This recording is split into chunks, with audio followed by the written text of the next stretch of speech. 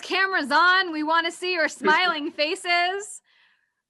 Hi, everybody. Welcome. There are hundreds of you about to enter this event tonight. So we are so excited to have you guys here again. If you can turn on those cameras, that makes it so much more fun for our panelists. Ooh, I see some smiling faces. Hi, everybody. Welcome, welcome. Yay. Hi. I see some hands waving. This is great. We are so excited to have everyone here today. There were, over 500 of you in the waiting room just now. So I'm going to give everyone just a second to turn those cameras on, get settled. We have quite the event for you tonight. We have quite the event. So again, turn those cameras on and we're going to go ahead and we're going to get started tonight.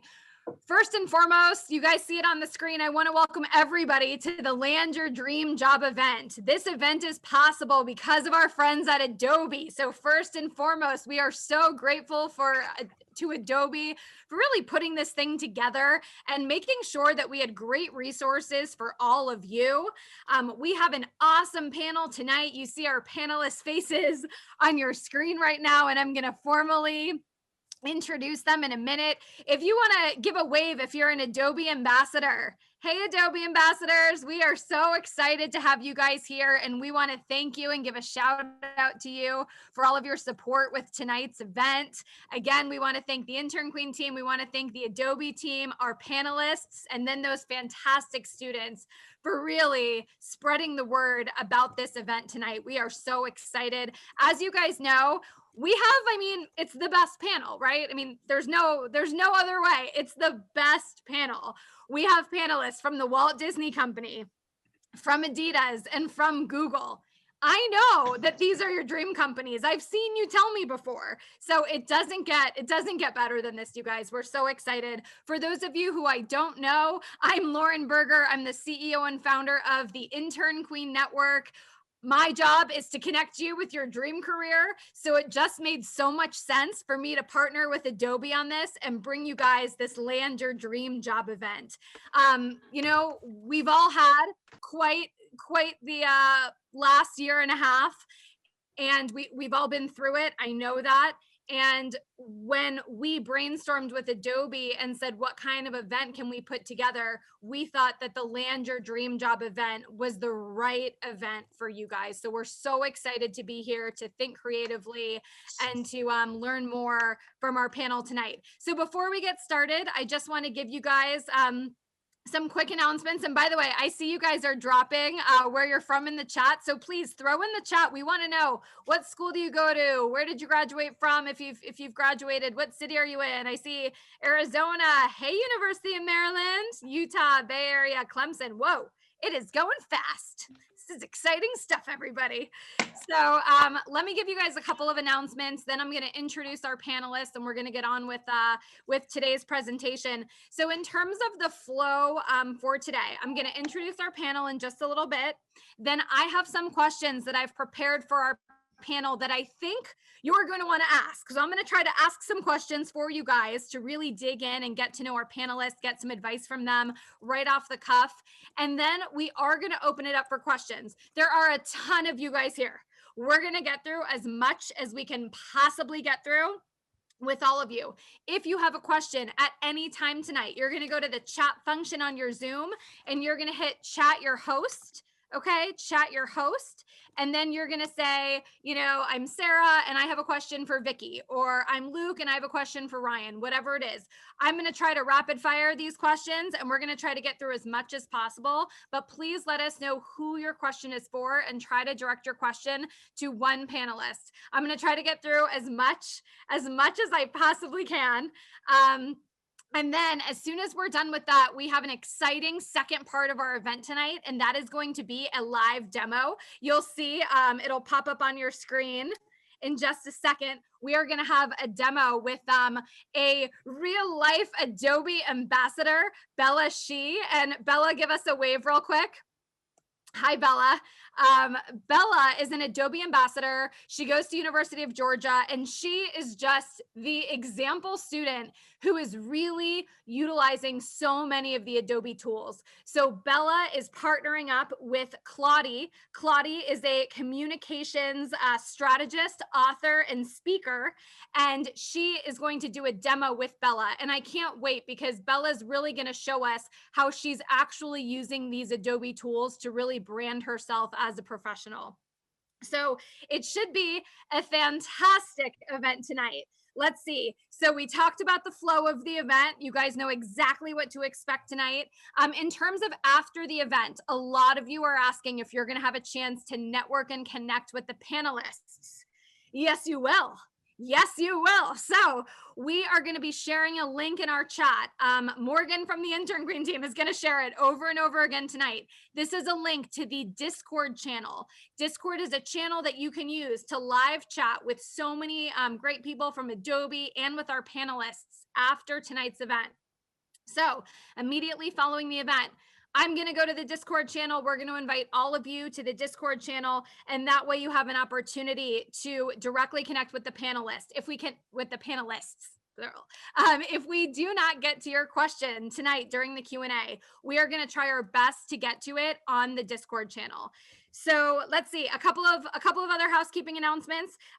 We do have a fun opportunity for you guys to win tonight on the Discord channel. If you submit the welcome page from your Adobe portfolio, you will be in the running and entered to win a one-on-one session with Kladi. If you submit a professional digital portfolio, you will be entered in a one-on-one to win a VIP session with our panelists and other prizes. So again, we're going to remind you of all of this in the chat. We're going to plug that Discord channel, and we'll see you guys on the Discord channel immediately following the event. And the event should be about an hour and 15 minutes, but we're already 10 minutes in. So my job's going to be to keep it hyped tonight, to keep the information flowing, and to keep us all on track. So without any further ado, let's meet our panel, shall we? Because like I said, it's a pretty good panel.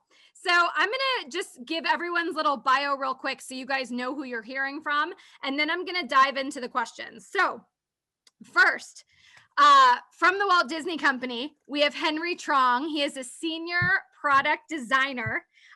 Henry is a digital product designer with experience stemming from early stage startups to Fortune 500 companies. He started his career in sales and design recruiting. And after having the opportunity to actually work on a website with his sister, he fell in love with the process and wanted to do more. So we're really excited to hear from Henry. Hi, Henry. We're really excited to hear from Henry in just a minute. Next, we have Vicki Ng. Vicki is a senior manager of talent acquisition at Adidas. Think we've all heard of that before, right? Vicki is the senior manager of global future talent acquisition, and she's tasked with leading Adidas's, can't even say that, future talent strategy across North America. So she's kind of a big deal, right? She's been with Adidas for over 11 years, and she's held roles in talent development, rewards, and HR business partnering. And last but certainly not least, we have Ryan Warrender. And Ryan is from the Global Product Partnerships, Chrome and Web Stories team at Google, company you may have heard of. Just Google, right? So we're really excited to learn more about Ryan. He leads the go-to-market strategies for Chrome and search. He's one of the founders of Google Mobile Web Hackathons and has helped hundreds of commerce, travel, and media companies improve their web experience. So we can take down the slide, team, and let's go to our panel. All right. Welcome, welcome. And Intern Queen team, I'm just going to have you take down that panel, that screen share right there, and then we can go to our panel. All right. So, who's up first? I think Ryan from Google. Ryan, are you ready? Yeah, Lauren, you have such good energy to pick us up after the caffeine dip of the afternoon. So thanks for bringing it. Absolutely. I'm based on West Coast time. So yes, it's that 2 p.m. hour. Well, Ryan, so I know you went to Penn State, right? Yeah, I graduated from Awesome. Penn State in 2012. I love that. And I know we have some Penn State students here today, which is really cool.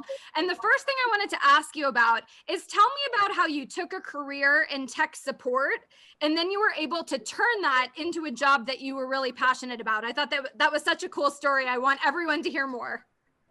Yeah, of course. After college, I graduated. I joined a IT rotational program at General Electric. It was pretty awesome. We did 4 6-month rotations in different, I guess, verticals. So I did like one in project management, one in design, one in front end development. So you got a taste of a lot of different things.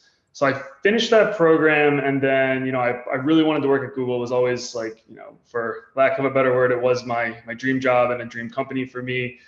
So, I applied multiple times, and I finally was able to get an interview in a technical support role.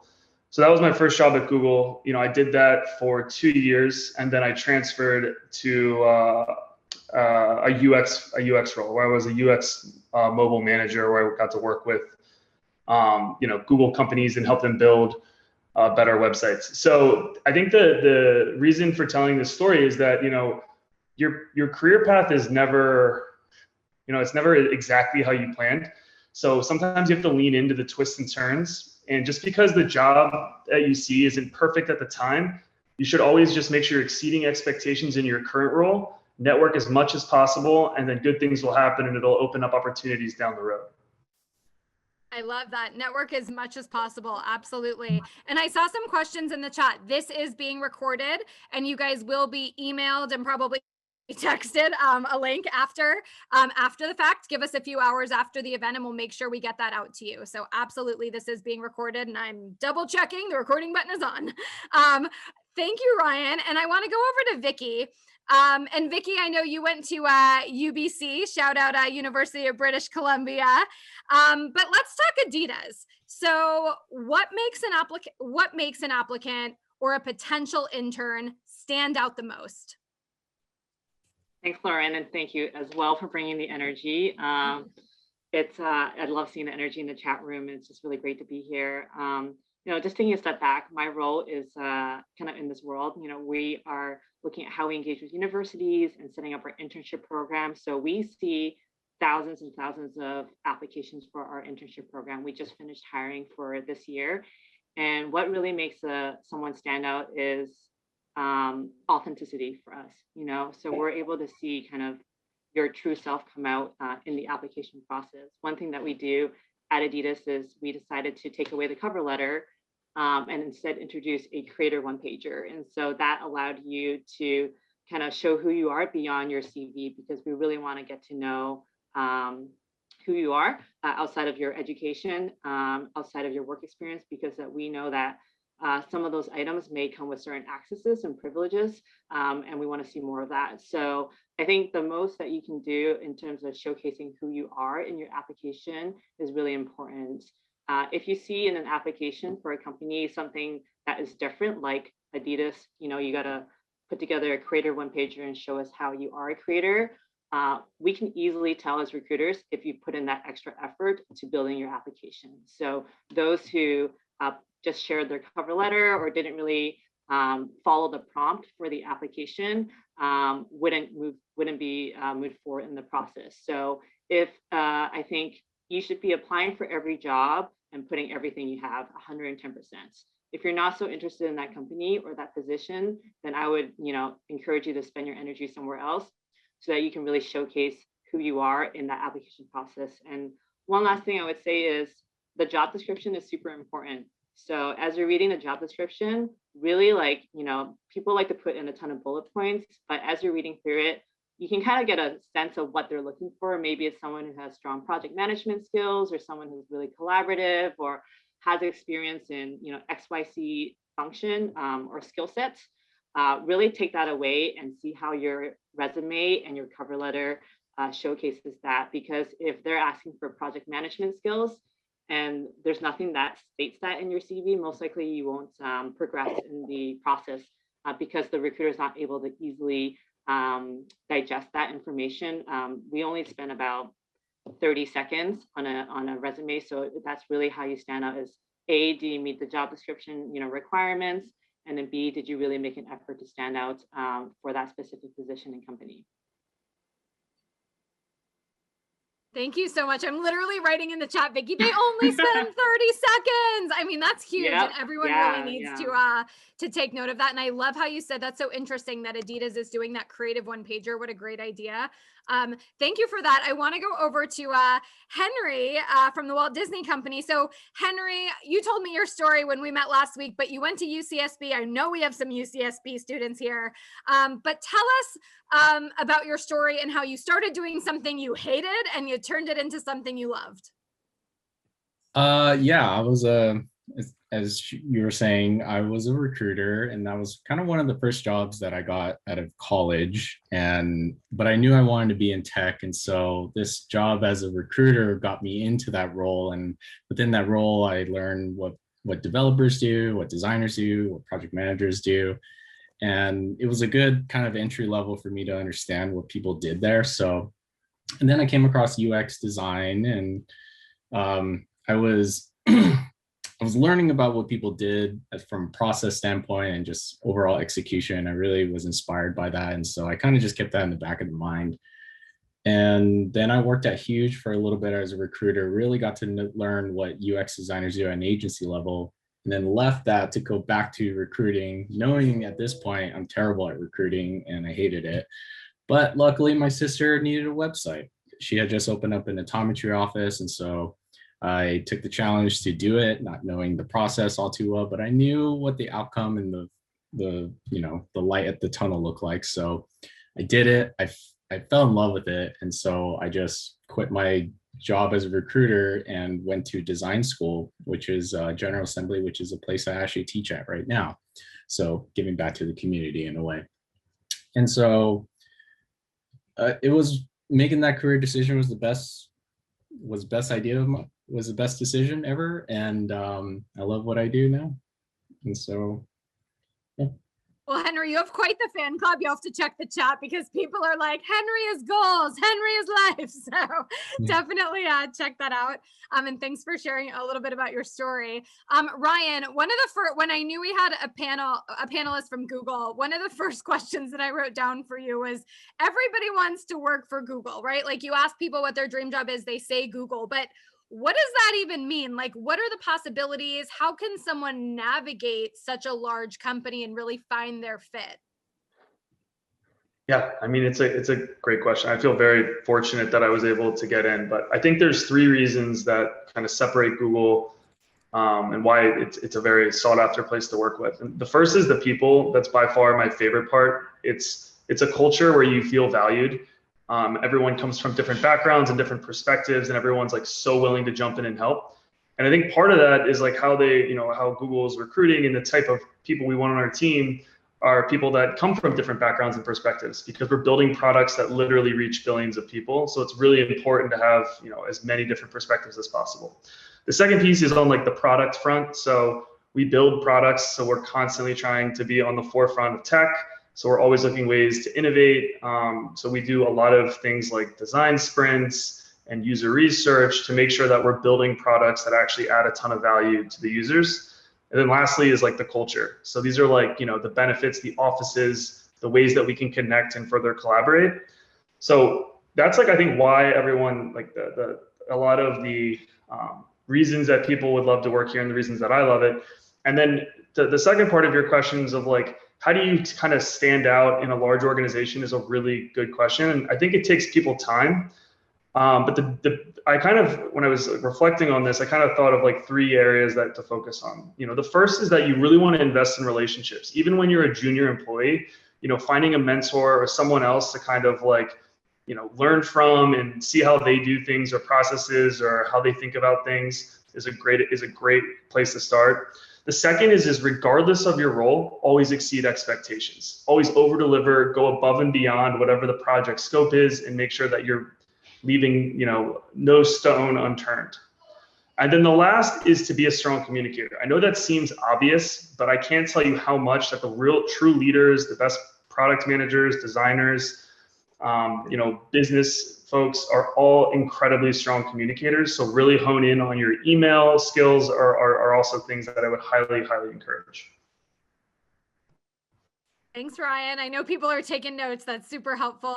And I want to go back to Vicki at Adidas. So Vicki, what is the best way for someone to take their internship and convert it into a full-time job opportunity?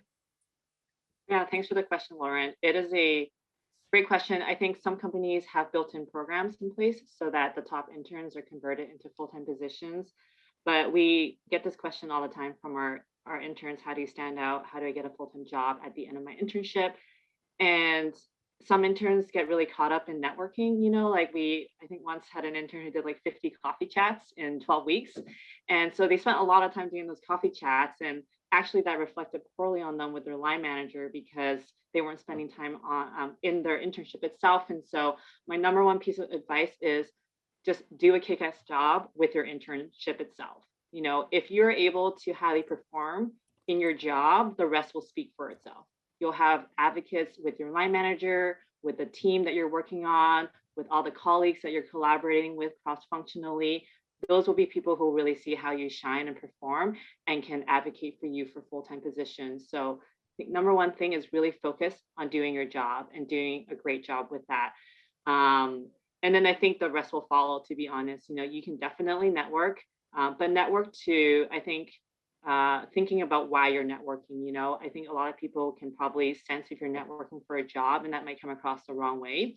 But if you're really networking to learn more about someone or to connect with them or to understand the challenges they're having with their career or how they got started, from a place where you just really want to build a relationship, as Ryan mentioned, then you'll find more success with networking. So those are like the two main pieces of advice I have. Do a great job with your internship, and then network authentically.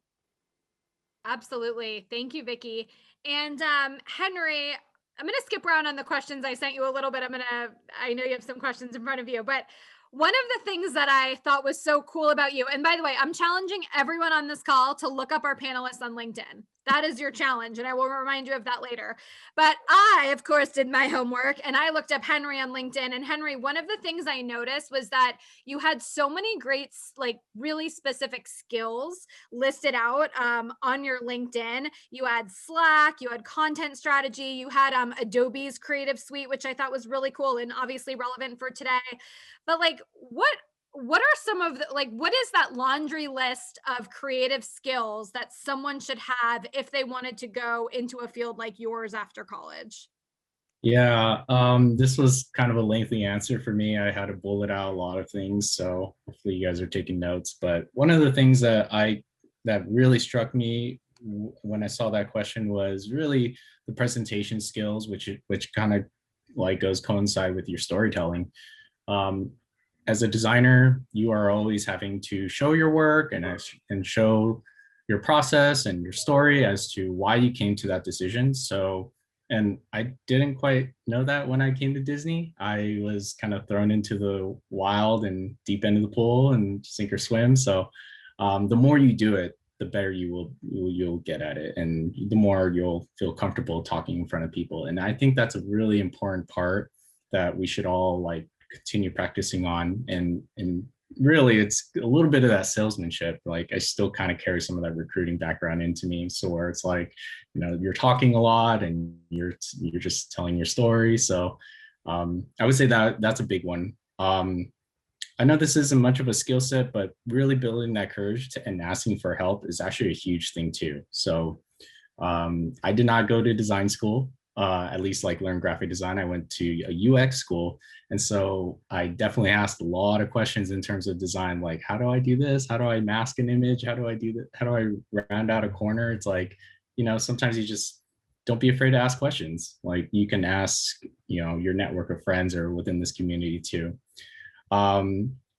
Figure out what you love about UX and your specialty. I think that was one of the biggest feedback that I got from my first manager at Disney, is really learning about what skill sets do you bring to the table and what would make you indispensable, because then at that point, you'll be given all the projects or whatever ones you get to decide on. So I would also say learning how to prototype is actually a really great skill set to also learn too, because it's not just about showing people or I'm sorry, it's not about telling people how you got to that design decision.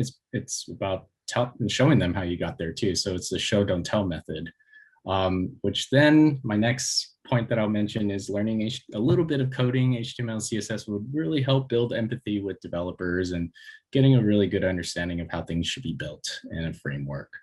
Getting familiar with UI kits, learning how to trace and design things, that's a good way to start off as well, because if you just build things from scratch, you may not know what you're getting yourself into sometimes. So it's a matter of learning about the rules before you break them. So UI kits are super helpful for that. And so, luckily we have Apple and Android and Google like UI kits to help with. I would also say continue designing anything you can. There are a lot of great idea generators, such as 100 Days of Design. Sign up for that. You'll get an email every day to design something, post it up on Behance. Just kind of getting that creative wheel spinning all the time. I would also say learning content strategy is also a big thing too, because we are just a content-driven world and we got to find ways to better organize and make sense of our content. And you're already doing it without even knowing it. Look in your kitchen. You have spices in one section, you have dishes in another. It's the same principle when it comes to content design and when you're thinking about just designing a page full of content. So last thing I'll say is just make something you love, make something that feels good, and continue failing over and over again. So, because you'll just continue learning from that. I think that is probably going to be the best quote, Henry. Just continue failing over and over because you will learn something from it. I agree. I always say rejection doesn't mean never. It just means not right now. Rejection doesn't mean never. It just means not right now. So we are going to wrap up in about 2 minutes and go into some student questions. And I already see, I know our host is getting blown up. So just as a reminder, if you guys have a question, chat your host. Her name is Lucia. She's from our Intern Queen team. And she's the one that's kind of feeding me some questions. We're going to get through as many as we can today. Real quick, before we go into the question section, rapid fire round for our panelists. Best piece of advice that you want to leave the college students who are attending with today? Best piece of advice. Ryan, can you kick us off?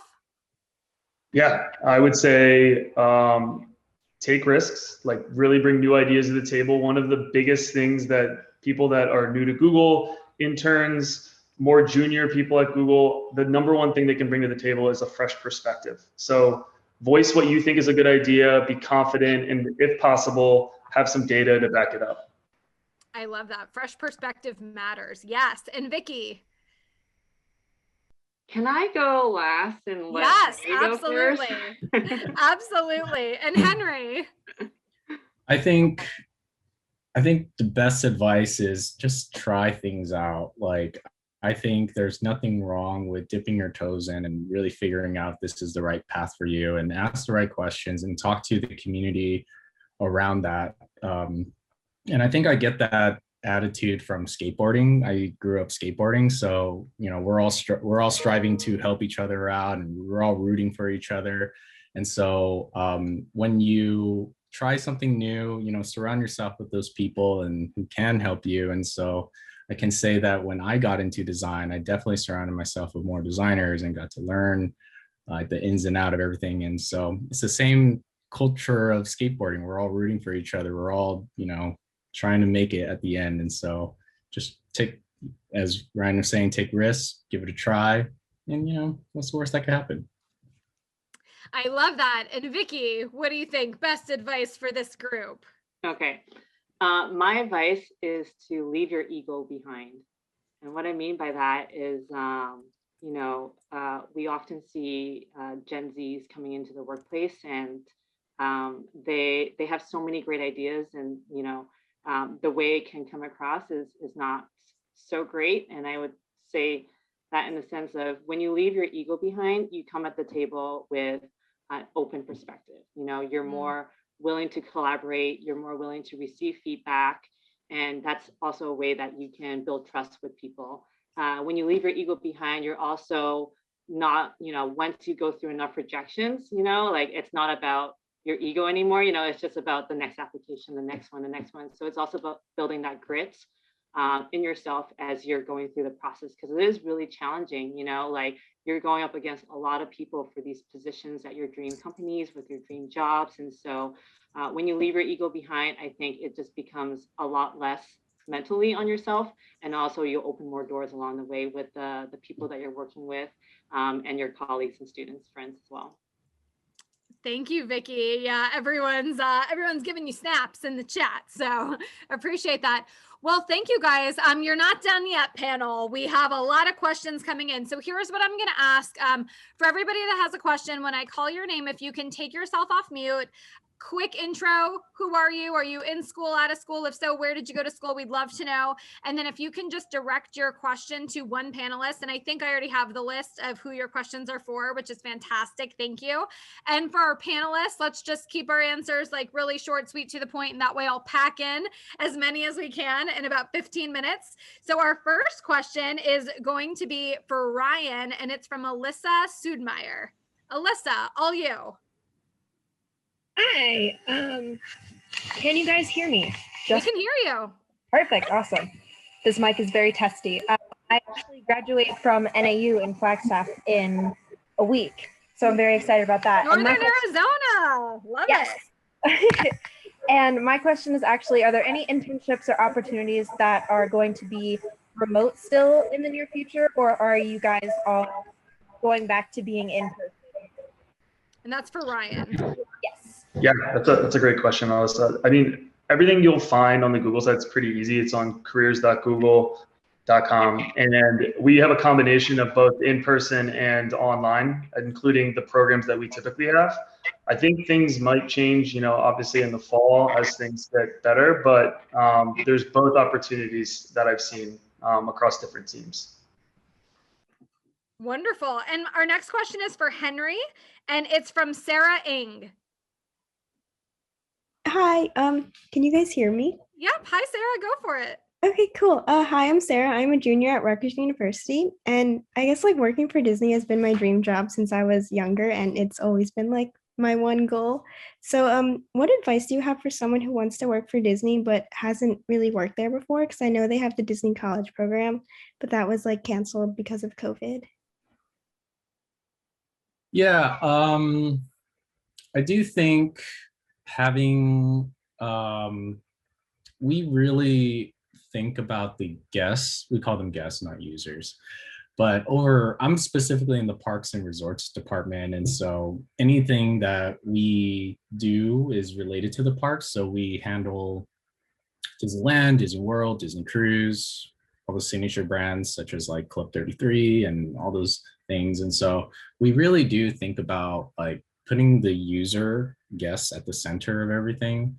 So, and I think if you demonstrate that you are very user-centric, like thinking and just really thinking about the journey from a guest perspective, from planning all the way to arrival, and then as well as departure after that, like we really do admire that critical like thinking, because yes, it's about business. We have to, you know, think about how we help our business as well, but it's really about the guest journey and really demonstrating that you really do care about the users and you really do empathize for them. And so with that said, I do wonder if having some type of mock-up or some type of like just demonstration, like even on your Dribble or Behance, and just to share like, hey, you know, like I do understand guest-centric design. I do adhere to brand guidelines, and I do understand all the different other brands that, you know, that we touch. So for instance, Avengers Campus just was announced. I worked on that page.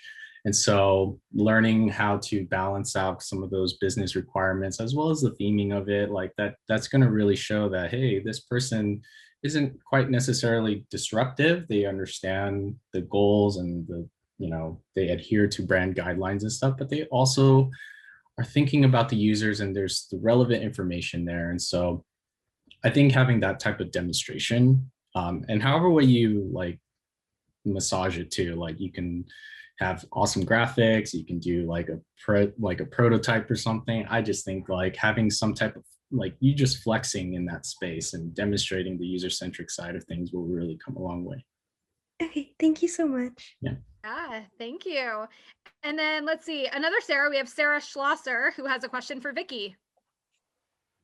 Hi, Vicki. I am an MFA candidate at the University of Iowa.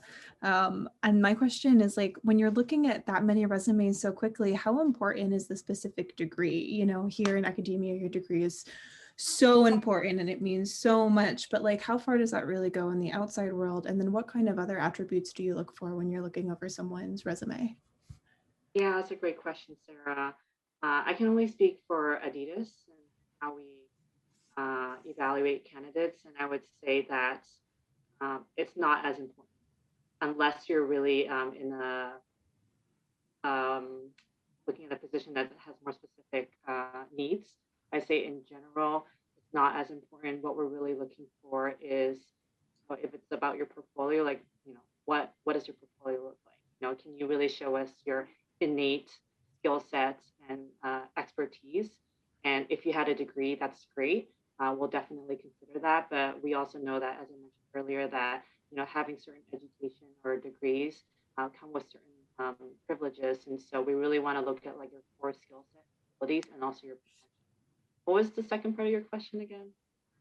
No, I think you hit all of it. Okay, I love cool. that accessibility part. I like worked my way like 2 jobs through school, and I love that. Yes, now exactly. Like, Yep, exactly. Cool. Thanks. Thank you. Great. Thank you. And I see for our panelists, I see a ton of questions coming in the chat after, and I see for Ryan, I saw for Henry. So feel free to jump in on those too. I know that there's a lot of questions and we can only get to a few today. Back to Ryan. We have a question from, we're going to try to say your name properly, Delari Hernandez. Hey, that was perfect, actually, Lauren. So I'm a sophomore at the Georgia Institute of Technology, or Georgia Tech. My question to Ryan was simply, could you elaborate on what you think makes a strong communicator? Yeah, of course. So I think a strong communicator is knowing your audience. So at Google, we're always working with multiple teams. So it's really important that you're getting everyone's buy-in and you're making sure that you're, outlining what you're trying to solve. The other thing that I can also say, a common pitfall for more junior employees, I definitely made this mistake early on, was writing emails that are too long. Sometimes being concise is such a gift, where you're just, especially if you have people that are reading through tons of emails and that have to prioritize constantly. So being as direct as possible with also being as polite as possible, I think is always a good rule of thumb. Also, don't be scared to use like bullets or like making the format of the email easier to consume. I think designing a good email is one way to communicate. And one other thing I'll mention is don't underestimate the value of building out a good deck. So at Google, we use, Google Slides a ton. It's probably the main form of communication within the company. Being really good at crafting a high quality presentation is incredibly important. Being fast at it, making sure the design looks good, making sure that it's concise, all those type of things are really important. And I remember in college doing group projects and being like, kind of quickly finding a template, putting it together, dropping in some bullets and like moving on. But I wish I took more time in college of like crafting a really high quality deck. And if you look at, like Google's developer conference is coming up, Google I/O, if you look at how those decks are formatted, those are great examples of how to effectively communicate to different audiences. So that's a good example that you can check out coming up. And Ryan, we have our demo coming up very soon in like 5 minutes here, where we'll also give some great info on how to brand yourself. So I'm really excited, but thanks Ryan for that. Can I add to that one? If you guys want to put yourself on mute real quick. Here's the background noise. Let's see, maybe our host can mute everybody real quick and then the panelists can unmute. What I will also add to that answer too is the show don't tell method is very effective in most times. So it's, while deck and presentations and storytelling is really important, sometimes you just kind of have to walk them through it through a flow or through a prototype flow. You'll save yourself at least 10 meetings if you were to just demonstrate how the thing works. And I'm speaking purely on like UX and interaction design. It's sometimes you're only given a very short amount of time to present to your executives. So, sometimes giving that perspective and actually demoing it will actually clear up a lot of questions for you. It's always the method of give them what they want, but show them what they need. That's the method that I think we all should live by. That's great. And Henry, while I have you, the next question is from Anthony Kitos. What's up, Anthony? Hi. Can you hear me? Well, we can hear you. Okay, perfect. My question is, and I guess it goes to everyone, but specifically Henry, what is your advice on a person starting a new job, finding your way and integrating yourself into the workplace culture? So like feeling a part of the team, even though you're very new. Yeah, that's a great question, because over at Disney, as you guys know, it's a huge company. And so it's hard to kind of get integrated sometimes. I think it's really a matter of like, not only the hangout session time, but I think you're speaking more on the work aspect, but always chime in whenever you can. A lot of discussions these days are on Slack and email threads. I think having some type of awareness of like, hey, this person here has something to say, sounds really relevant. The little bit of impacts and a little bit of wins that you end up contributing to that project, you will be known for. And those little wins will snowball into something greater. And so and this kind of speaks a little bit on the confidence that I was mentioning earlier, having that confidence and speaking up when necessary is going to really make an impact for you on any team. It's like just having some type of dent in impact on the project, I think will go a long way. I had something else that I want to mention, but I'm a little blanking out on it. But I think that's something, as I reflect back, for me, it's always about chiming in, even if it's like a positive message saying that, yeah, I agree with that, or even the smallest little details that you want to point out, like that will say something about you, that you might have a good eye on something. So it's those little wins that end up being something greater. Thanks, Henry. And then we have another question for Vicki. It's from Elsa Amory. Yeah. There Hi. you are. Go for it. Hi. Hi. Hello. So my name's Elsa. I'm from Tanzania, and I'm currently a postgrad student at Humber College in Canada, studying UX design. My question for Vicki is, you mentioned that you typically look at resumes for like 30 seconds. So is there a way you can still try and show your authenticity within that small time frame? And if so, how should you go about doing that? Yeah, I like how you all kind of hung on to 30 seconds. I think, now that I'm realizing there's a lot of UX and design students or professionals here, I would say we definitely take more time with those type of resumes. If there's a portfolio that we need to look through and really, or websites or attachments, we do take that time. We don't have like a system that kind of goes through it automatically. It's every application that comes to Adidas is reviewed personally by a recruiter. And so I think that's the starting point, to know that your application will be reviewed.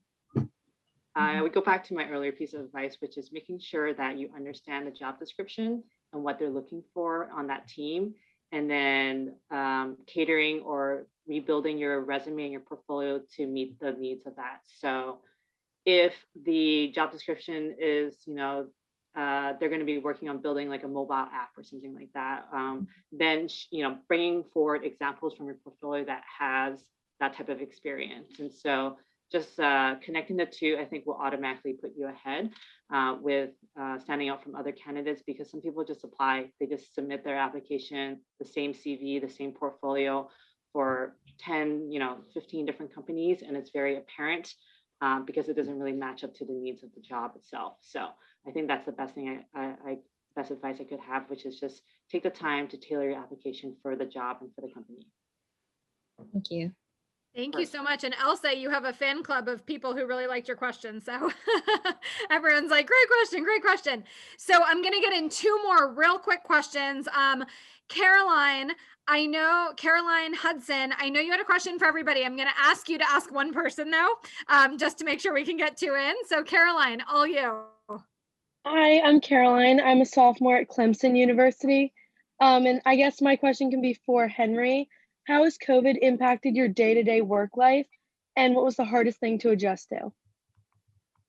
Honestly, my commute is really long to Disney. We're in the headquarters of like Glendale, Burbank, where the original studios is, actually kind of down the street.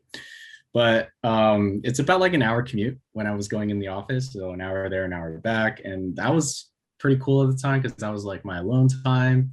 And I was like just thinking about like designs. But now that I just work from home now, I use that two-hour time to, I mean, I've been waking up early. This is my New Year's resolution, is to wake up early wake up early to do work and not do work at night. So it's been really great. I get to have the setup that I want. I just got a standing desk. I blast music when I design, and I can't do that at the office. I would say it's been really great in that aspect. I am missing the collaboration aspect where there's whiteboarding sessions where you're literally like in a room with other designers and you're just like brainstorming ideas. So we do miss out a little bit on that, but there are tools that help remedy some of those things. And so you just have to be creative on your execution on that side of things. But it's, for the most part, you know, I'm happy to have the time back from my commute. Whatever pocket of time I have available in my schedule, I go in the back and work out. And I don't know, I feel like mental health wise, it's been really great in that aspect. But yeah, I would say just the collaboration side has been a little challenging, but you know, you kind of learn to work that out a little bit.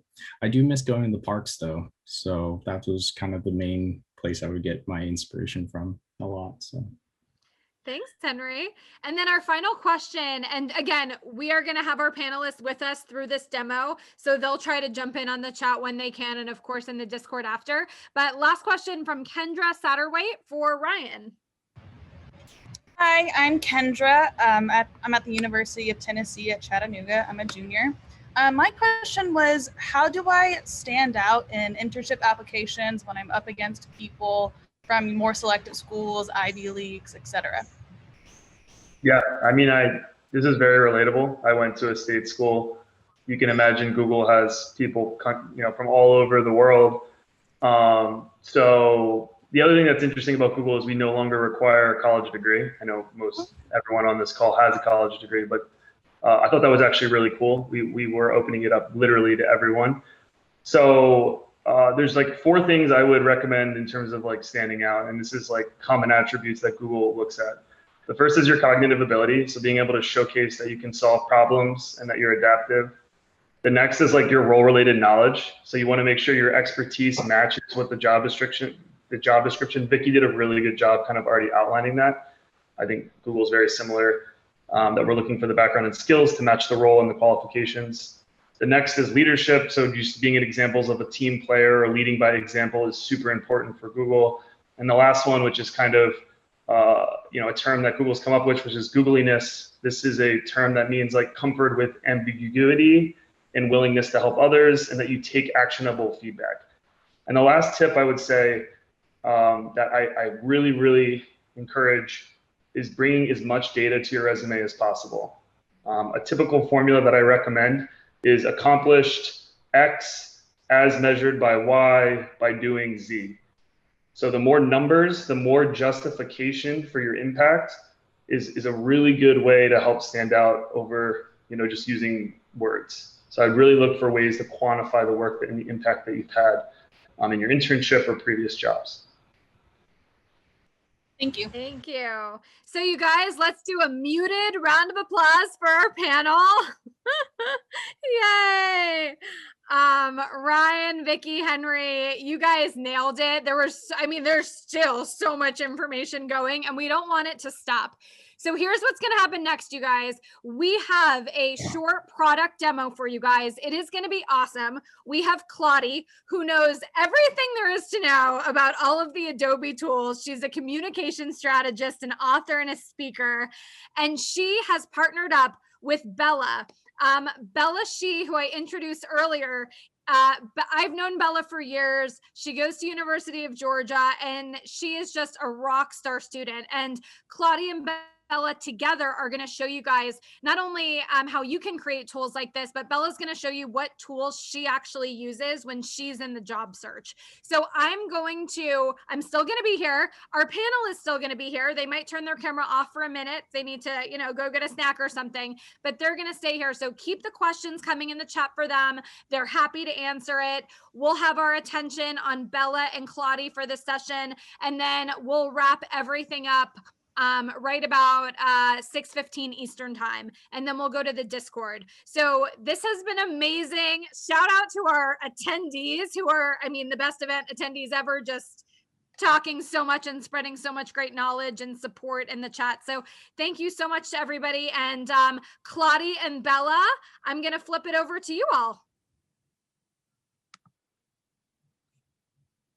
Hello, everybody. Thank you so much for being here. Thank you so much for joining this amazing event. And of course, thank you to all the amazing panelists. I was here literally taking notes with their amazing tips, because I think that they are so much relevant about what we're going to be talking about in just a second.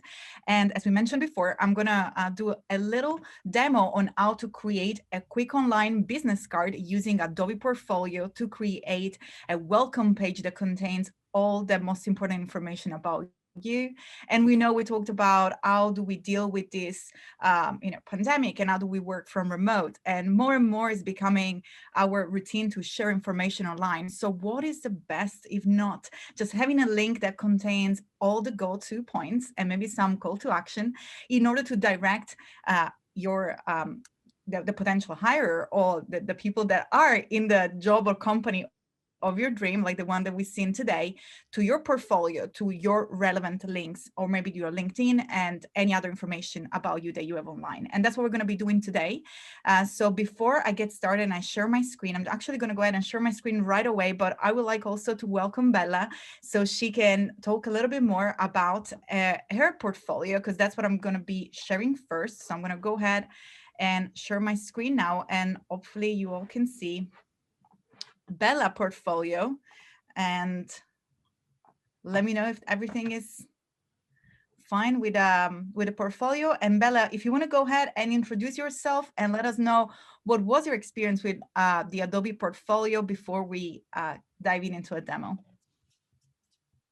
Hey, Kladi, thank you so much for introducing me. If you guys didn't know, I have to give Kladi so much credit. If you're new to Adobe, or even if you know a little bit about Adobe, there's just always so much to learn with the various programs.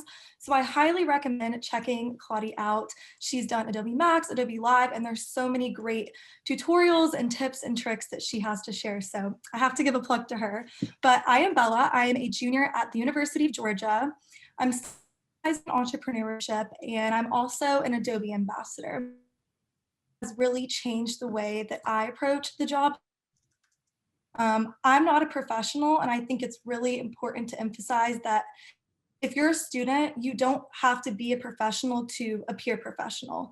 There's so many ways to present yourself in a professional manner, and I think that's what's really great about portfolio and what Kladi is about to show you, is that there's just so many easy ways to create a digital footprint that appears professional. So Kladi, I'll let you kind of dive into how that works. Fantastic. Thank you so much, Bella. So as you can see here, we have Bella Page.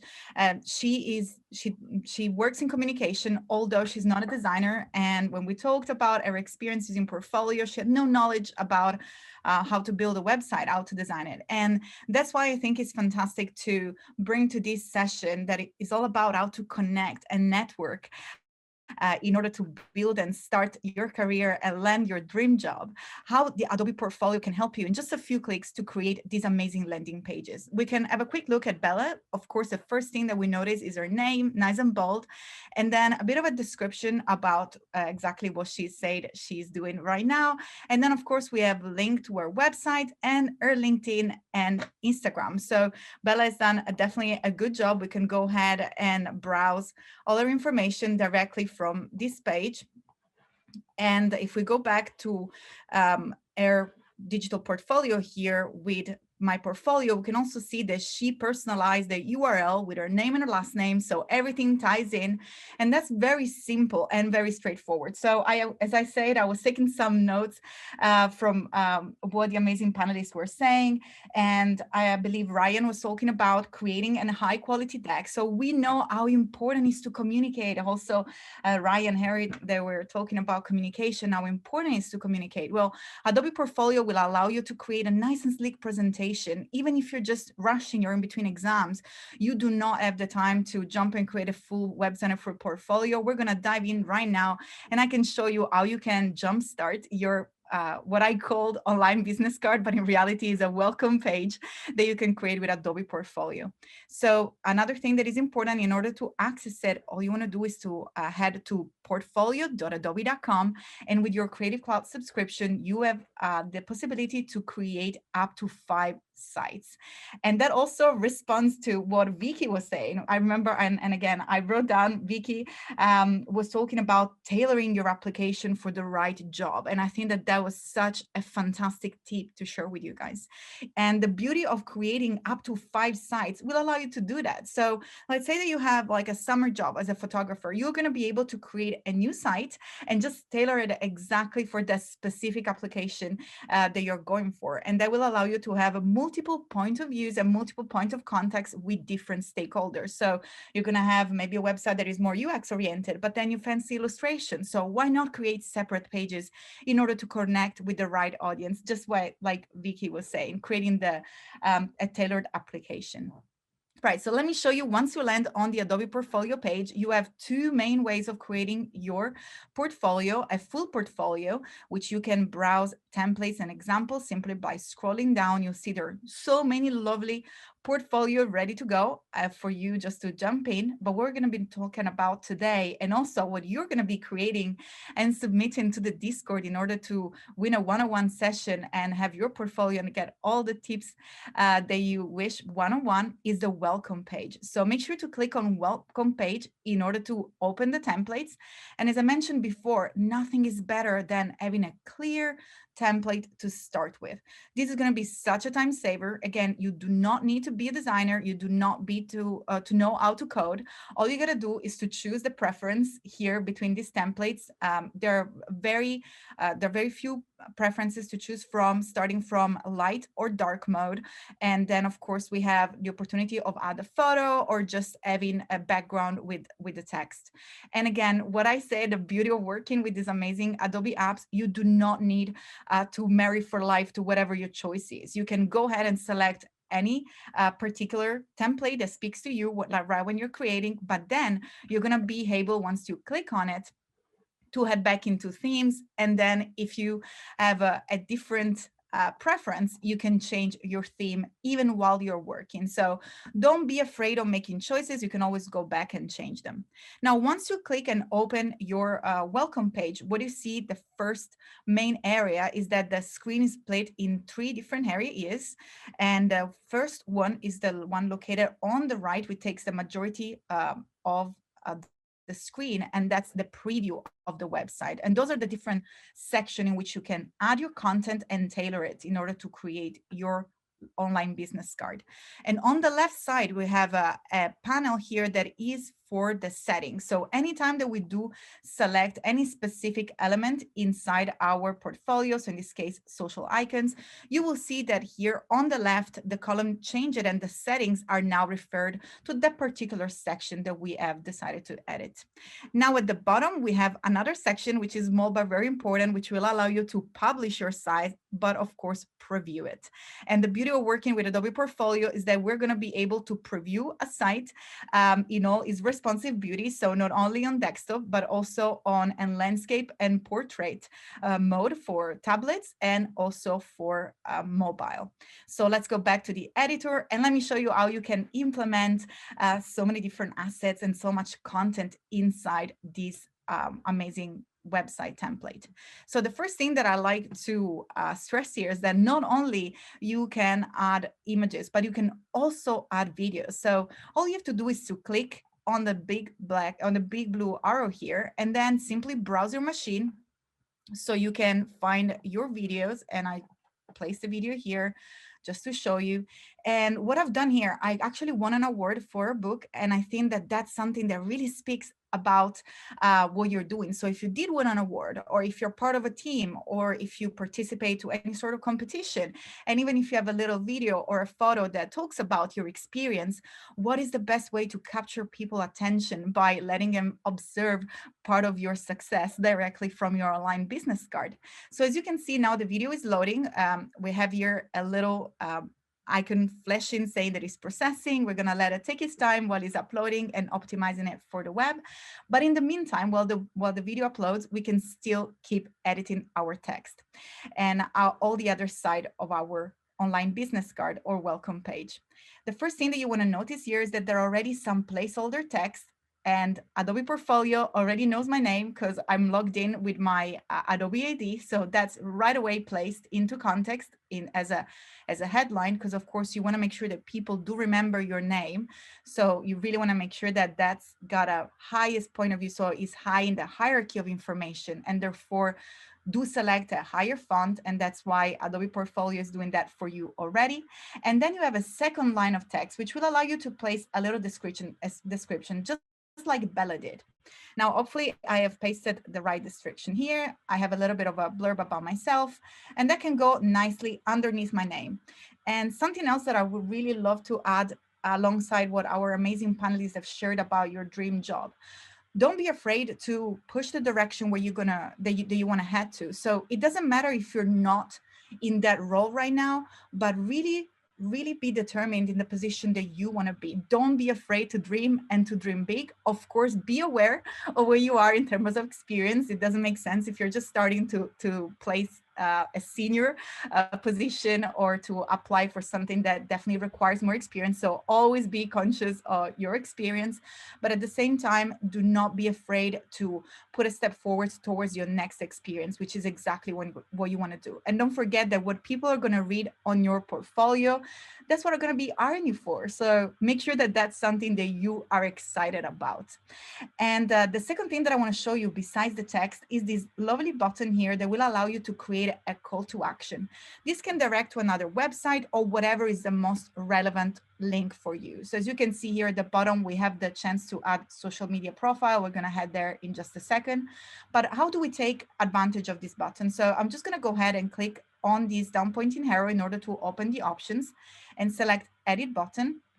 And as I mentioned before, anytime that we select any of the section, we have the settings here on the bar on the left side of the screen that are going to be updated depending on the section that we are deciding to edit. And here we have the opportunity to change the text of the button here. So let's say that Instagram, maybe you're a blogger, or maybe you run an online magazine regarding your industry and you're doing some research. Well, that's perhaps where you want to put the content that is more relevant for you. Or maybe you network a lot on LinkedIn. Well, that would be the best place for LinkedIn. So all you have to do is, let's say that LinkedIn is the best place for you to head to. All you want to do here is to make sure that the button says exactly where you're going to take your viewer. And then into the external URL, we have a field at the bottom. All you have to do is to head to your LinkedIn page, go ahead and copy your URL, and then you can simply paste it inside of the box.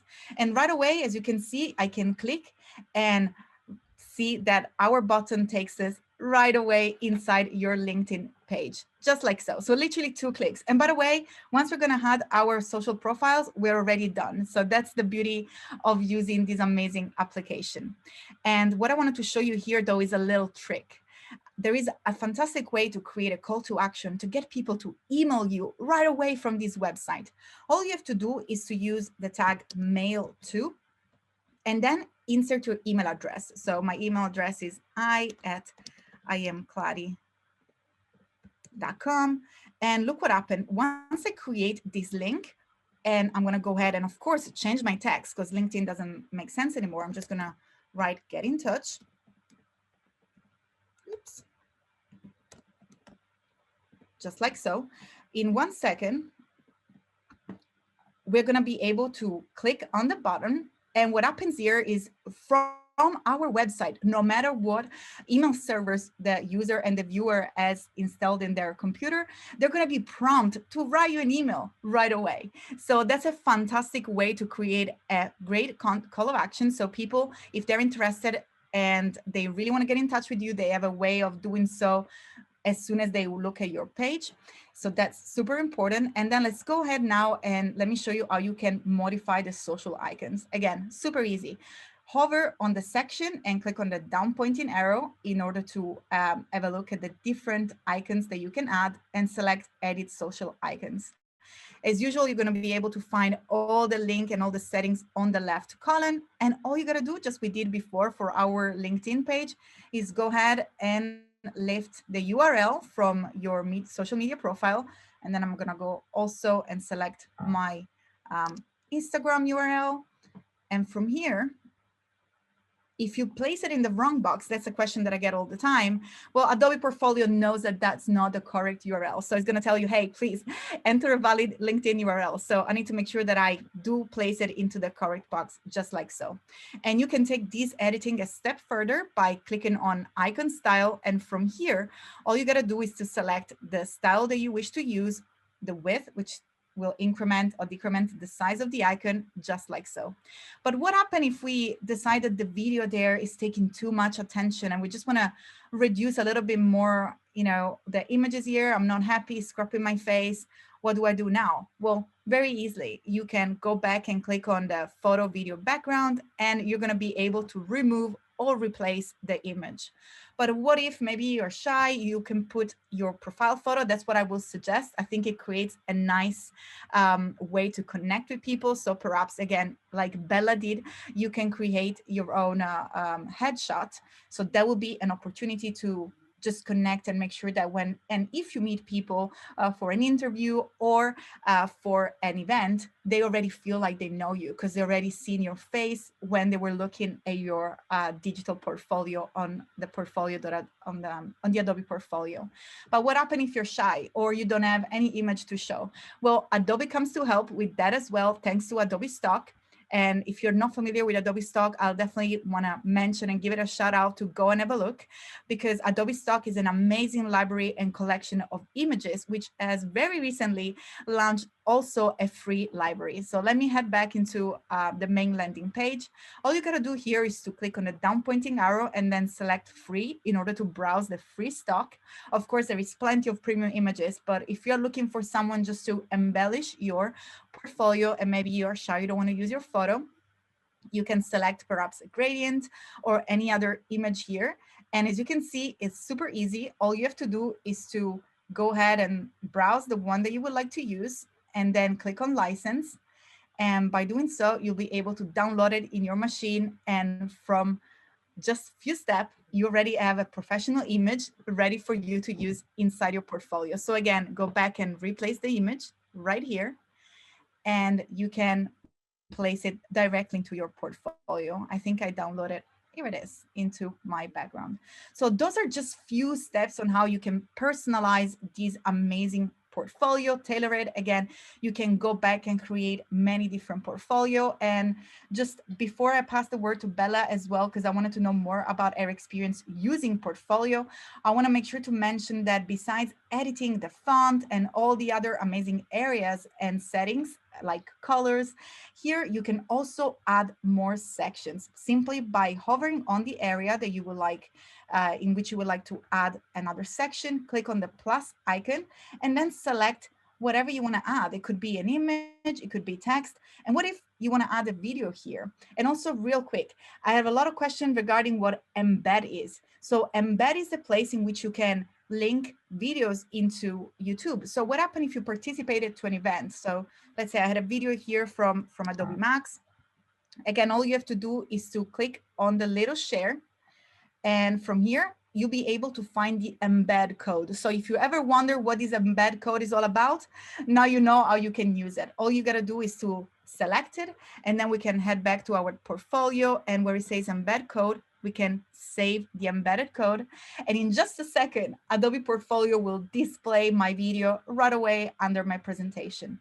Don't forget that when you place images, you can also place GIF, text, and so many other settings. But Bella, I would love to know a little bit more about the way that you use the portfolio. Yeah, definitely. So I know that something Ryan touched on was talking about being direct and concise. And I think that portfolio has really been the way that I have implemented that my job and internship search. And then he also talked about having a deck, and when you're or giving presentations for class or an interview, etc. I personally use Spark. I know that you touched on Spark a little bit, but that's another great Adobe tool that you can craft presentations with. And I've even created graphics in Spark and then uploaded them to Google Slides as a deck or as a presentation. So I've just used both of those applications in my internship search, especially when I'm connecting with someone on LinkedIn or reaching out to them via email. It's nice to just have a great little link to click on and find out a little bit more about you. This is a great way to kind of tease and you are. And I know not everyone in here is UX, not everyone is communications, but it doesn't matter what field you're in, because regardless, this is a great place for employers to go and just get a little insight into who you are and what it is that you are good at and what skills you can bring to the table. So that's personally just how I've used it. And that has helped me land my upcoming internship this. Fantastic. Congratulations, Bella. And the very last thing that I want to say here with this presentation is that you can personalize your domain name. Bella has done that. As we can see, we have bellashi.myportfolio.com. So right away, creating that consistency and that repetition. So we see her name in the main header. So in the URL, we see her name as the heading into our website. So we're not going to forget your name, Bella, because you've done a fantastic job into adding those the important data to your portfolio, to your online business card. And if you wonder how to do that, that's very simple. Make sure to click on the little gear of the settings. And from here, the very first prompt that you will have is the domain name. Don't forget that you can also, that this website is hosted on adobe.com. So it will be, as we've seen before for Bella, your name and then myportfolio.com. But if you do want, you're going to be able to connect this website that you create thanks to Adobe Portfolio to your own domain. You can purchase it one here or just simply connect it to your own. But the most important thing is that here in the subdomain, you can personalize it just like Bella did. So in my case, I would just use kladi.myportfolio.com and then simply click on apply. It looks like I've done it before. So I'm just going to write Kladi print my soul, and then simply click on apply. And here we go. The subdomain was successfully created. You can go ahead and set all these other amazing details like some meta tags and also the favicon and the social media sharing. So this is the place in which you really tailored the all the back information of your website, which are indeed very useful. And what I would like to mention before we finish is that, of course, the last step, but yet very important step, is to don't forget to publish your site. Once you go ahead and publish your site, you will be also have available the link, and then you can go back and review it. So here it is, ready to be shared with the world. And don't forget that you also, before sharing it, want to make sure to preview it in all the different responsive settings. So again, we can look at it into a tablet, in a portrait or landscape, and the same here for the phone. Having a preview on a mobile, which is a portrait and a landscape. That'll give you an idea. Maybe it's not great to just have a plain background on the top. Maybe it'll be better if I put the background on the bottom. Again, it will just give an idea of how the website is going to look like before you can start promoting, so you are sure about the information that you're putting out there before you share it. And again, this can become your link in the bio in all your social media. So you will have one place where you have all the relevant information about you to make sure to get noticed for your next internship or your next interviews. And I don't know, we are in terms of times. I usually go a little bit over all the time. So no, it's fine, Kladi. Again, I just want to, that was so amazing. And I love how we were able to take, real advice from our panelists. And I feel like you were able to give people some practical steps on how to put it into action. So thank you, Kladi. You are the everything Adobe person. We really appreciate you. And then Bella, I'm so glad that the other students joining us got to get a glimpse at what you're up to, because you've done such a great job of branding yourself. Everybody asked about a recording. We are going to email a recording. Give us a few hours. We just want to make sure it looks good. It's not, nothing's wrong with it. So we will email everybody out a recording afterward. I know a lot of people want to go back and watch this Kladi and Bella session and go back to some advice from our panel. So we'll be sending that out.